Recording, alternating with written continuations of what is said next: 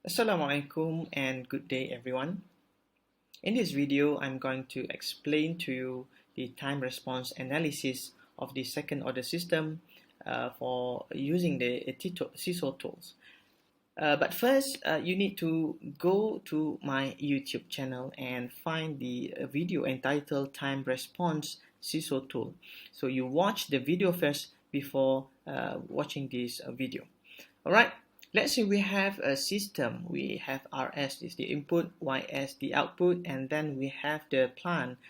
We have GS, we have the CS, that is a compensator or the proportional controller, and then we have the feedback HS. So by default, the value of CS is equals to 1, and the HS, in this case, I want it to be unity feedback. Unity feedback means HS is equals to 1. Okay, so I'm going to explain to you how does the system respond to the variable value of CS. Let's say if we change the value of CS from 1 to 5 to 10. Okay. And then when we find the closed loop system, where we have the closed loop system is equals to CG over 1 plus CGH. And we have the equivalent diagram for this closed loop system is equals to RS, and then we have the output, the input is RS, the output is YS, and then the system is GCLS over here. And there is another term that I want you to take note, that is the loop transfer function. The loop transfer function is actually a multiplication of C, G, and H. Alright, let's say we have a system where we have the transfer function is equals to 10 over s plus 2, s plus 5. Okay, so this is the system, and then we have the default value of C equals to 1 and H is equal to 1. So when we find the feedback, or we find the closed loop transfer function, we use this function feedback G1. So what we have is the system GCL is equals to 10 over s squared plus 7s plus 20. So we have a different system from the original system G, and then we can find the poles for these closed loop systems. We can find the poles of this closed loop system by you can click on the workspace over here. We have variable GCL. So you double click on the GCL. What you have is variables that contain a lot of properties over here. So what we are interested in is we want to know the value of poles. You double click on P. So what we have in the column 1, row 1, we have these values. We can access the values of column 1 G1 using this function over here. GCL.P curly bracket 1 1. So what we have is actually the value here equals to 3.5 plus minus 2.78. Okay, actually it's a roots of this. You have the characteristic equations of the closed loop system, s squared plus 7s plus 20, and you can find the roots of it. We have 1, 7, 20, so you can find the roots of this. That is here. You can find you get the same answer. So this is the poles of the closed loop system. And other method is you can use this PZ map. PZ map, what you have is actually you have a map of 0 and pole on the S-plane. So in this case, we don't have any 0, but we have only 2 poles which located at negative 3.5 plus minus 2.78. Okay, same as we have found using the variables of GCL. Alright, we can use the SISO tool. So I want to show you using the SISO tool. We can see the what happened when we varies the value of C. Okay, you run the SISO tool. What you have is actually you have 3 plots. You have root locus editor. The step response of the closed loop system, and then you have another loop transfer function of the board editor. But we are not interested in the board editor, so I close the board editor. I want to focus on these two, root locus editor and the step response of the closed loop system. Okay, when we have when we plot this, it's actually this step response is the same as this plot actually. So you can see the similarity between these two plots. Okay, and actually this you can see the pink dot over here. The pink dot. So you focus on this status bar here. Okay, so I highlight here. So the status bar here, when I click on the pink dot here, you can see the values there is, in this case, negative 3.5 plus 2.78, which is actually the same as this the poles of the closed loop system. Okay, and here the value of C is actually 1. So let's say we increase the value of compensator 1 to 5. What happened is the value increase, the response change from a slight oscillation, a slight oscillation to more oscillation over here. So you can see here, when we have C equals to 1, the overshoot is 1.93%, at time 1.13 second, and the rise time is 0.537 seconds.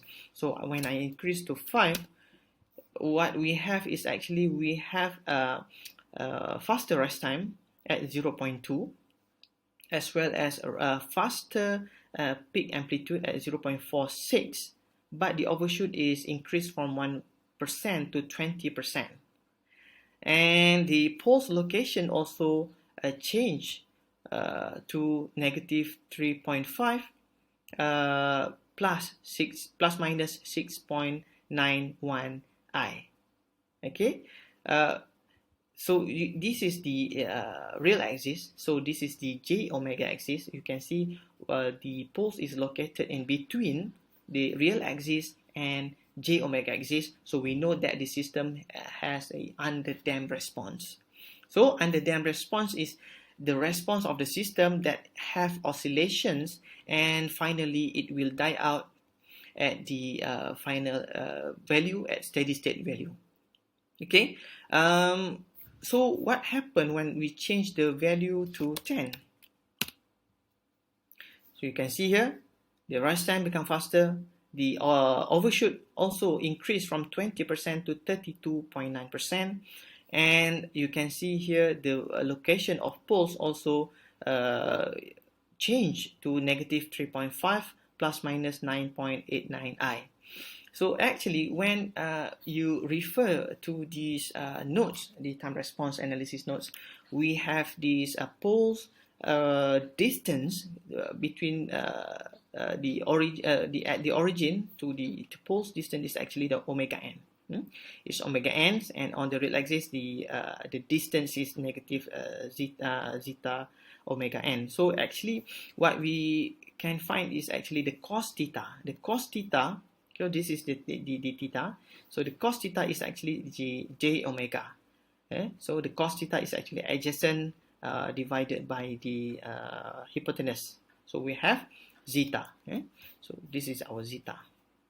So the zeta values. So when we change the pulse location, when we increase the values from 1, C equals to 1, C equals to 10, the pulse is increasing on the j omega axis. Okay, it's become greater and greater in values.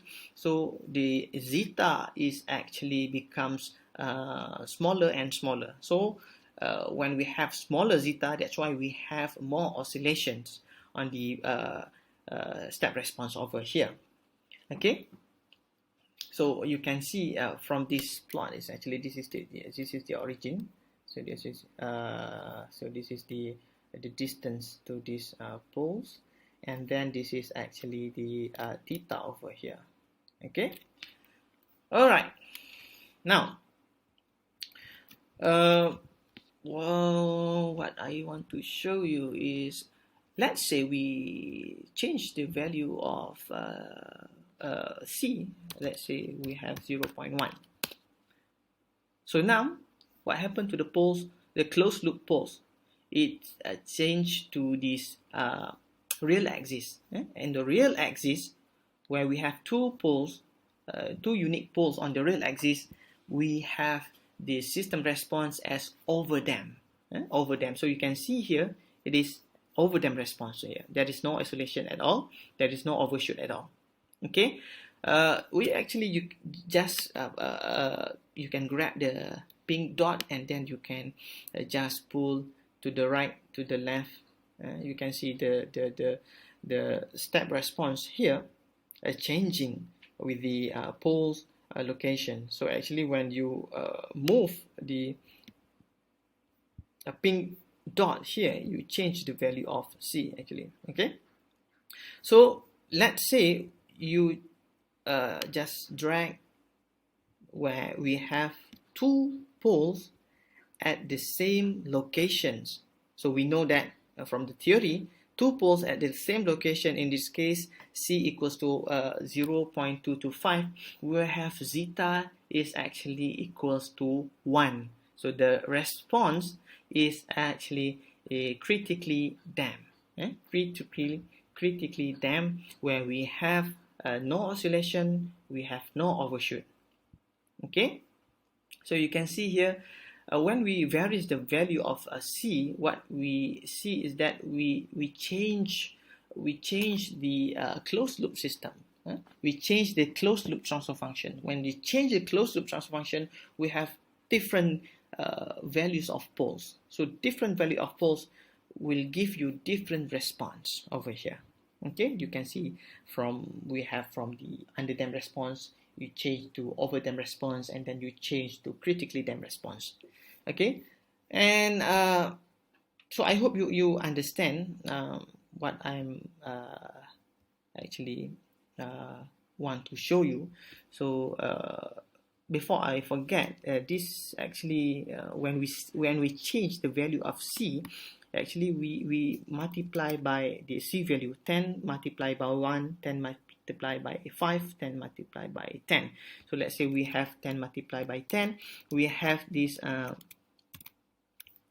Cg equals to 100 over S plus 2, S plus 5. And then we can find the feedback system. So what we have is 100 over S square plus 7S plus 110. So you can see the change is over here, 110, and before this we have 20, right? So when we change here the value of C, what we have is we have different value of poles, that is in this case here.